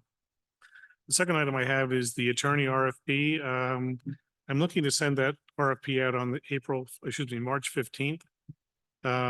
We do have a copy from the previous RFP a number of years ago, which we've modified and still has to go for attorney review, but I'm hoping to get that out by March 15th to have it board approved early April. The auditor RFP, I haven't started working on that yet, but that I'm hoping to get out within the next 3 to 4 weeks. Obviously, because we have 2 other RFPs that are going to be going out this year. One of them is going to be the before and after care program, and the other one is for a new physician. So obviously, there's going to be a push between now and the end of the school year to get those done and to get them board approved. Any questions on the audit, on the RFPs? You say position. What? Position. Physician, yes. Could be the same. Well, I think he wants to leave, so that's why we're putting it out there. Could be the same one, yes, it's possible. Any questions on the RFPs? No? The lighting update, we're still working with the contractor to get a quote on having some of the fixtures replaced. So that's going to take a little while. It's not going to happen overnight. I understand it's going to be very expensive if we replace the whole system, but we're hoping to replace just the oldest fixtures first. Any questions on the lighting? Do we know when is Beauty and the Beast? I don't remember off the top of my head. When are they playing? Because that's what we're, I'm sorry? when is the school play? I don't know off the top of my head. Beauty and the Beast. End of Yeah, like April? April Okay. 20th-ish. Johnny's gonna be up at Home Depot. So the issue is they're like non-existent anymore, right? Like the system needs to be replaced because it's so outdated. Is that it? Yeah, it's pretty outdated. But it That's looks what I like understand. something we can kind of do in pieces. We're looking to do it in pieces if we can. Yeah. Okay, so that's why we're taking a look at the whole system. We have an expert coming in, taking a look. To give us a quote as to what it's gonna cost. It's not gonna be cheap, I can tell you right now. Yeah, and I don't want to speak out of turn, but I think from our conversation with Dwight as well, that a lot of what we have is actually obsolete now because Exactly. of because of what kind of bulbs you can put in and Exactly. just the technology and lighting. I mean, this room's not very old, but it's changed an awful lot in the last 10 years. And I can tell you just from installing these things, theatrical lighting is a couple $100,000 to $1 million. Yep. Any other questions on the lighting? So, No. I mean, so it's not covered underneath it because it's not improving any No, kind of that- ecological things or anything like that, right? Even if it was covered under RESIP, it would have been done already. Right. Okay. But again, it's not covered under RESIP really because it's not an energy savings measure unless they changed to some kind of fixture that was like an LED or something like that. And, but the thing is, they don't use it all the time. So it's just not, it's like a one-off type of use. Right. It's not like a light in your classroom that's on every day, right? Right. Right. So it's just by its inherent nature, it's not efficient. Any other questions? No? Last item I have is the carpet for the auditorium, this room here. The insurance company has paid us, so we're ready to go that way. And it's going to be replaced on the week of March 18th. So it should be done soon. Same thing. I haven't seen the pattern, but I understand the principal has picked it out. Yeah. Yes. Well, yeah, it's just the aisles in the front here. Yeah. Okay. Any other questions on the carpeting? Yeah, I would imagine. So. No? Thank you. Okay. Moving on to policy, 4 items. Managing equity in education, policy and regulation updates. The addition of a vandalism regulation, 7610. Recommendation not to include a regulation for honoring student achievement, which I'm sure we have a very good reason for that. And general policy and regulation guide updates. Do you want to start with that one first? Are you nervous about it? Yep, wherever you want to go first. No, all right. So the first one actually is pretty straightforward. There were changes made to a New Jersey Administrative Code. And that impacted pretty much all of the policies that you're seeing, most of the policies that you're seeing up for first reading at the next meeting. And really all that's happening is at some point in any of those policies, they listed out protected classes or protected categories. And they've expanded the definition of that, things like race, gender, all of those. The administrative code has expanded that to include anything that falls under the New Jersey law against discrimination. So rather than now have an enormous list of all of the protected classes and categories, the language in each of those policies says anything covered under the administrative code in legalese.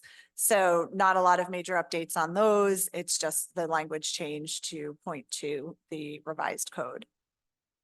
And I realized kind of late that you have the entire Strauss Esme packet in backup. So I hope you all had fun with that. That's what Mike and I get to go through every time we get one.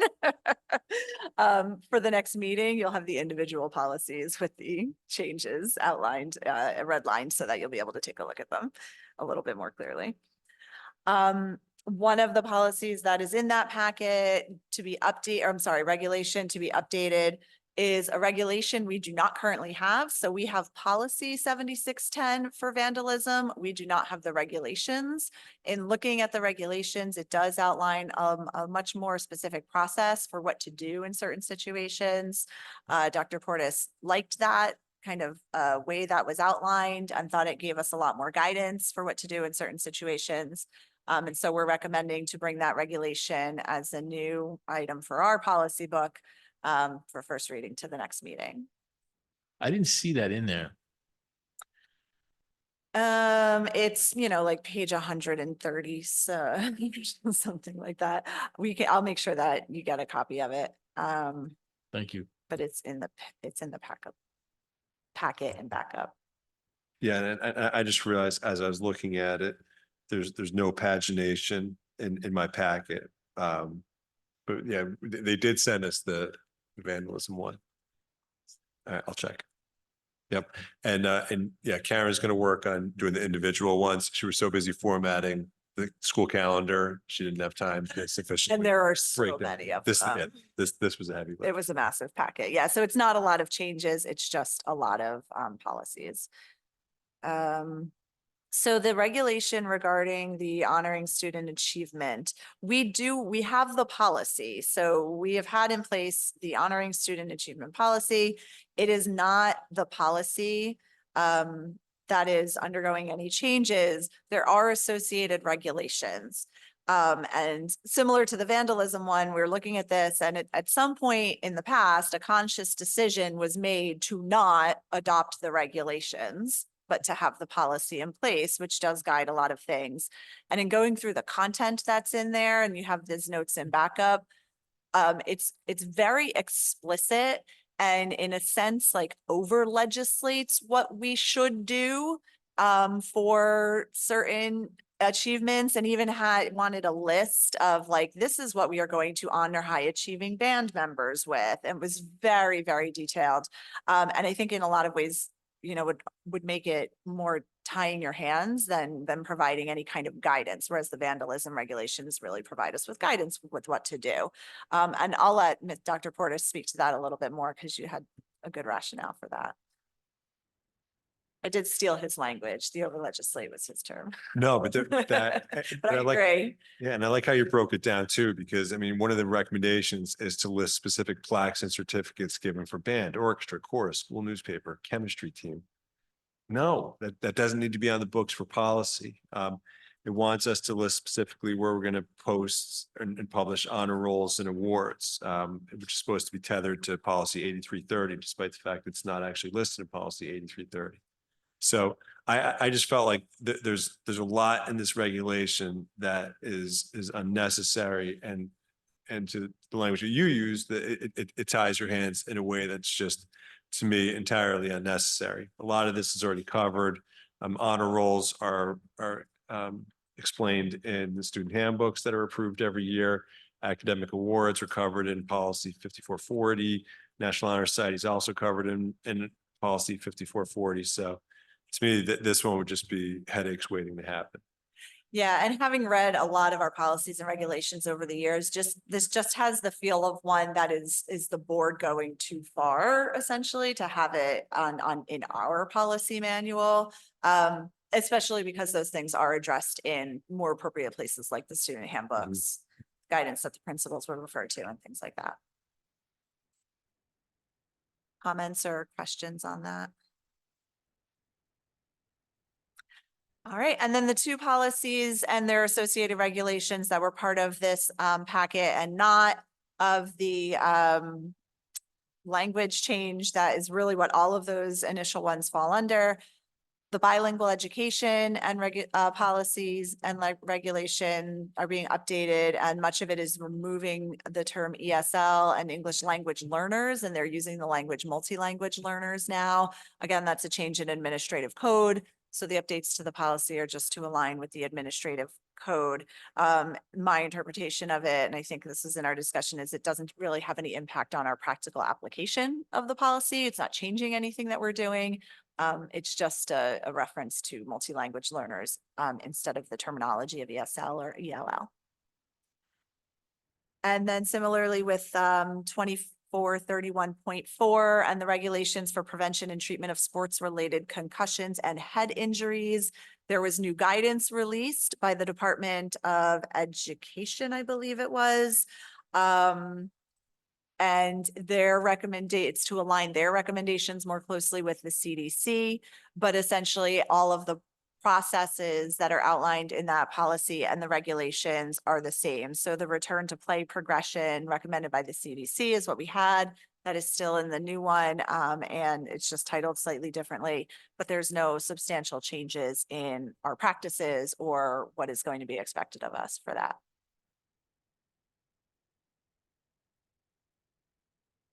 Questions, comments?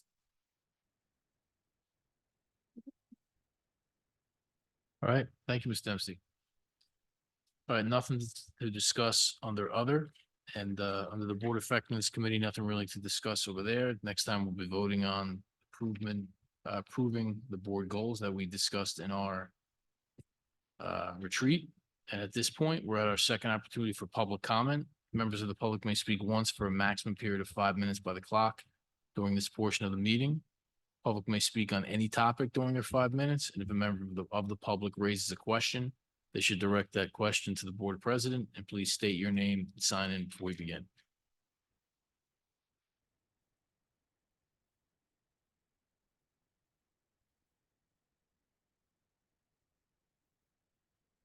Ask Mr. Portis, you said that you were going to vote in 10 days for the preschool. Mr. Gibbs, you also said you were going to go out for RFP for the before and after care in April. I would just ask that we have all the information and all the facts before the vote happens, because that could really impact people's decisions on whether or not to enroll within the program. The other thing for the RFP, I would say the current solution in place with the preschool has them going from the preschool to the Boys and Girls Club on a bus, which if we were talking about transitioning from class to special as being a problem, I think that putting 30 to 43 and 4-year-olds, some with IEPs and some gen ed on a bus could have a bigger impact.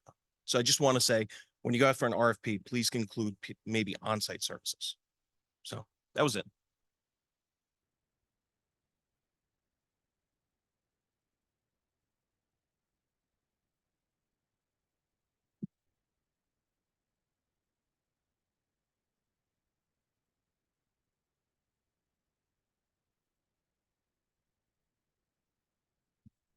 John Nacian, Sunset Road, Pompton Plains. I'm here representing the high school music parents. Our jazz band this week, they're going to their first the jazz band festival. They're going to start competing the jazz band out of the high school here. So they're going to be over at Wayne Valley performing. This year, of course, is the biggest jazz band festival in the history of New Jersey. So that's what we're jumping into. We have over 50 schools competing across the state. And then our kids will be critique scored and instructed by jazz professionals immediately after their performance there. On Friday, the music department, they have their field trip to Boston. They all take off 6 o'clock Friday morning, come back Sunday. We have 84 students going and 10 staff and parents as chaperones. And then at the end of the last board meeting, Mrs. Dempsey brought up something under new business regarding activities that get a lot of support, maybe should get a little bit more closer look with funding. So I did a little bit of homework for everyone while you make your decisions. So this is going to be Mr. Streifer's 10th year as band director. So I kind of broke down his history here. When he came in, his first 3 years as the band director, the band size was 56 students average. In those 3 years, they won 1 nationals, 1 states. The next 3 years, the average band size was 70 students. In that time frame, they won nationals and 1 states. And in the last 3 years, the band size average has been 79 students. And they won nationals in 2022. Mr. Streifer also brought in his third year here, he started indoor percussion and winter guard groups in the winter season as a way to raise the level of the marching band, because then those percussion students and the guard could have another season practicing together, right? Everyone can take concert band and practice their instrument, but you need special programs for those types of skills. And this year is the first year where the interest in those programs has grown so much. Last year, both of the directors for those programs got buried and implemented auditions and cuts to the program this year. They just could not handle the number of students with the staff that we could afford to support them with. Just going back to nationals competitions, I mean, I've said many times, it's very difficult in a small school like this to keep up with the demand of this music department. But at nationals, Pequannock High School, right, we have a student population, 650, 680, somewhere in there. Of the 18 schools they were competing with, one from Connecticut had 620 students. The next closest school to Pequannock had 907 students, and it was Cab Calloway School of the Arts from Delaware. So they're all on that path. That's what we're competing with. We had 5 schools that had between 1,000 and 1,500 students. We had 5 schools that had between 1,500 and 2,000 students. And there were still 3 schools left over. Their student population is over 2,000 students. So this is the funding and the size of these schools we're trying to keep up with. A lot of the schools will also almost have, like, marching band is varsity. Their pep band is their JV. Kids who are freshmen, sophomores, they dream of being on the marching band, and they don't get there until they're good enough musicians, students, whatever, they need to show on the field, where Mr. Streifer takes 1 all and now takes 8th graders and makes national champions out of them, so one other thing I looked up real quick, 2015, when Mr. Streifer was hired, his band director stipend was $4,180. Next year, it's going to be $4,742. So that's an average raise of $50 a year for a band director who stayed here for 10 years. And I didn't tell him this part, but if you factor in inflation, he actually lost like $700 by next year, but I didn't share that with him. And then the other thing I looked at, marching band has right now on average 79 students. The next largest varsity activity has between 50 and 60 students a year. The district has 5 stipends and 6 volunteer positions for the marching band, for a grand total of $11,819 to instruct those 80 students. In the other varsity activity, there's 6 paid positions and 4 volunteer positions for a grand total of $32,655. The parents for marching band season chip in $16,055. This past season, we've already had a budget meeting with the band director for next year. And he's requesting on the order of $8,000 to $10,000 increase. Just to keep up with, again, the students' achievements are rewarded with, now you're competing in a bigger level, a more difficult level. And that's what he's facing on his end. So between the Board of Ed, marching band stipends, and the parents, we give the staff $27,874 last year, which is still short of the next closest varsity activity. So I just wanted to do a little bit of homework for you. I know you guys are in the middle of your budget, and I'll be back next week for that meeting as well. All right, thank you.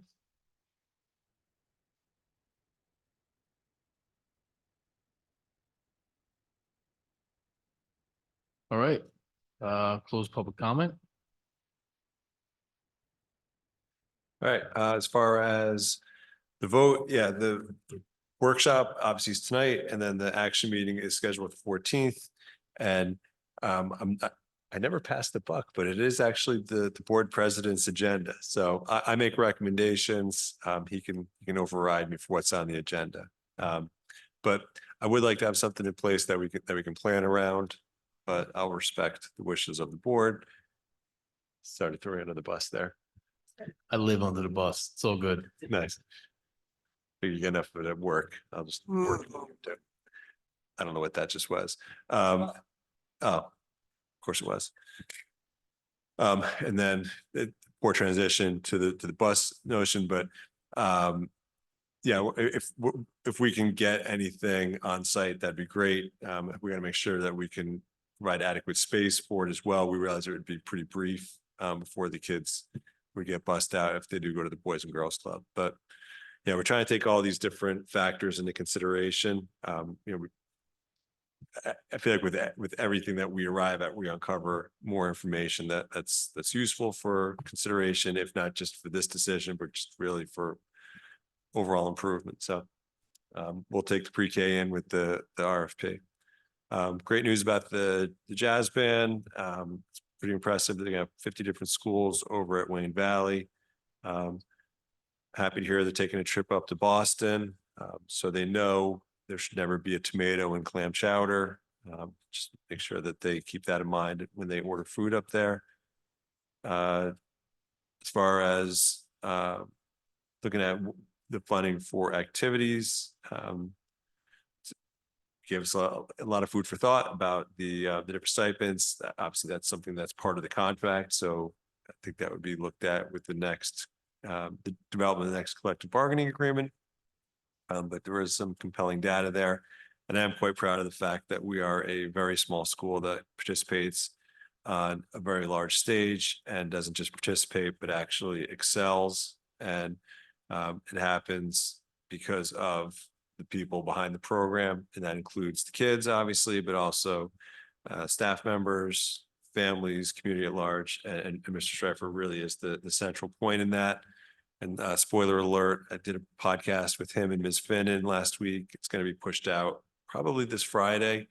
And it was really good. I think it was actually pretty long too, but it was, I was inspired to do great things, and I can't play anything beyond hot cross buns on a recorder, which I'm pretty sure I can still play, which is probably very impressive to everyone.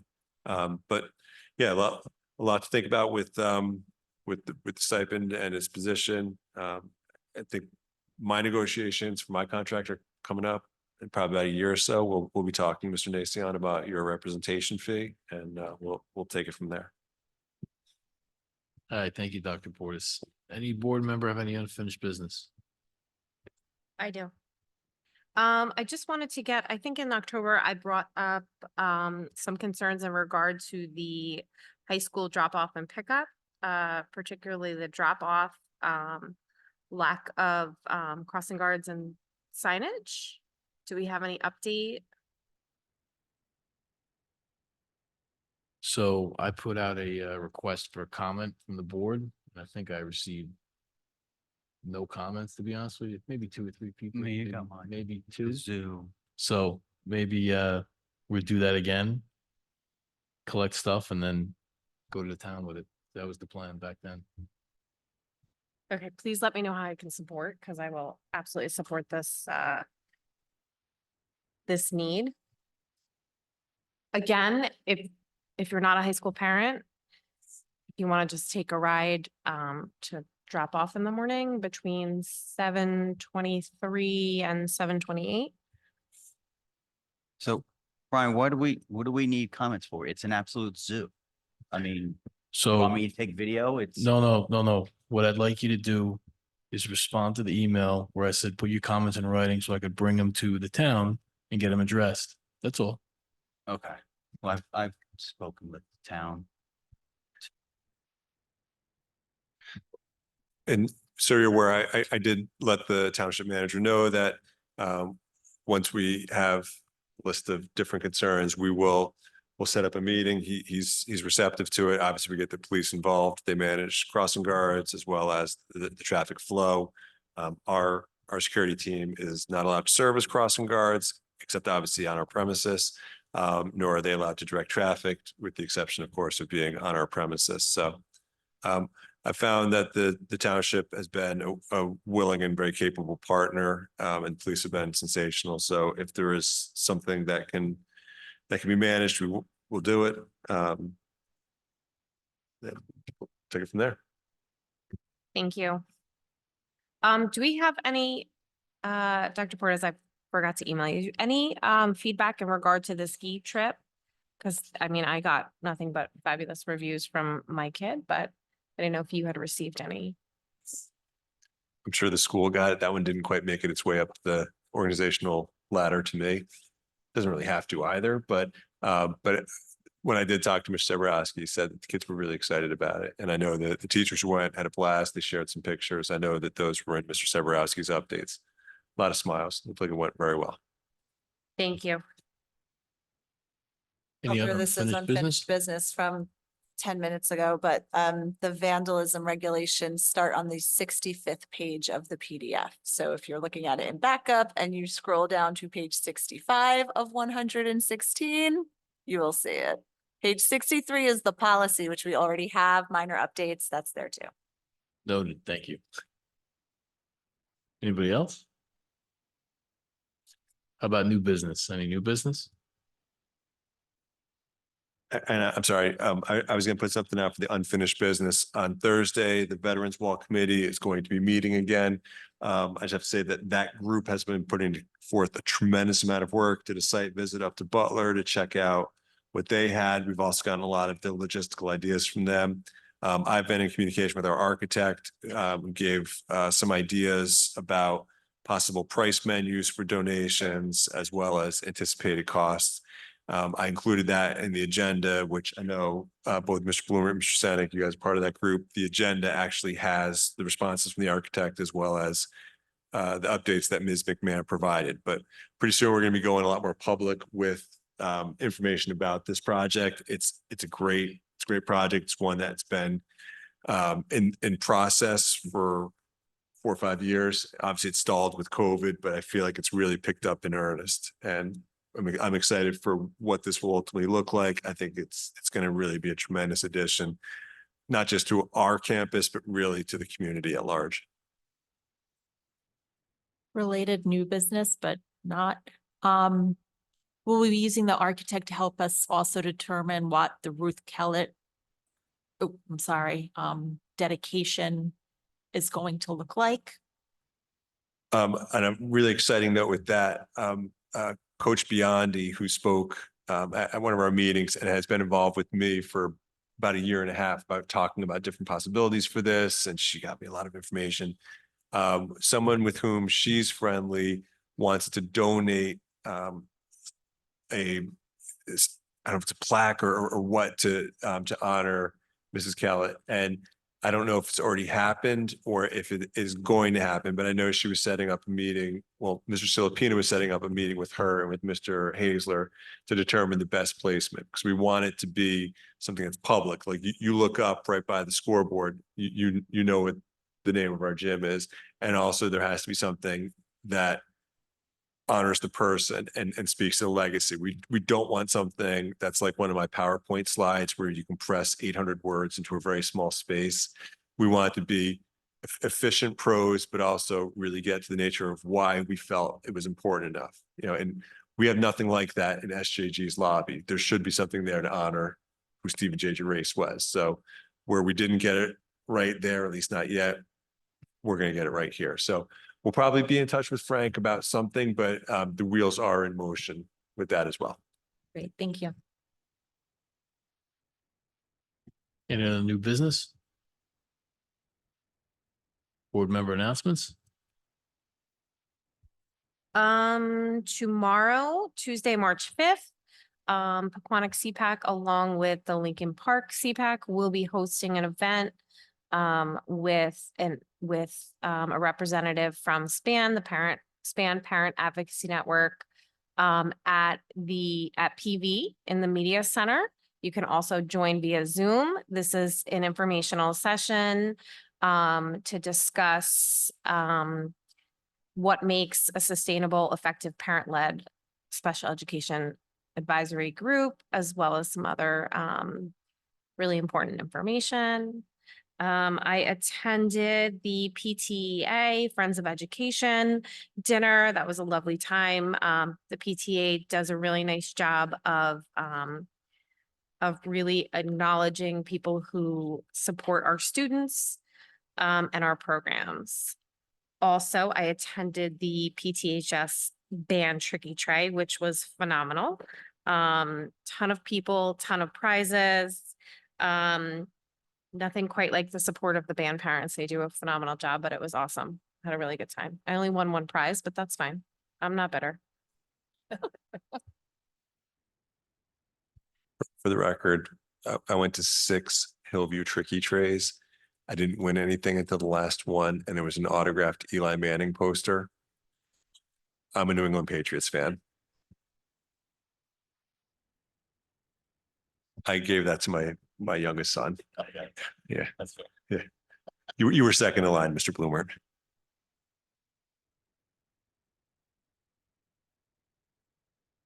Anybody else? Okay, we do have reason to go into executive session tonight to discuss student matters. No action will be taken. We will adjourn from there. Our next meeting will take place on March 14th here at the high school, and the next meeting will include a presentation of the budget for next school year. I encourage everyone to attend the meeting and review the presentation for the budget and provide your comments. Is there a motion to go into executive session? Go to executive session. All in favor? Aye. Any opposed? Good night. Thanks, Steve. Something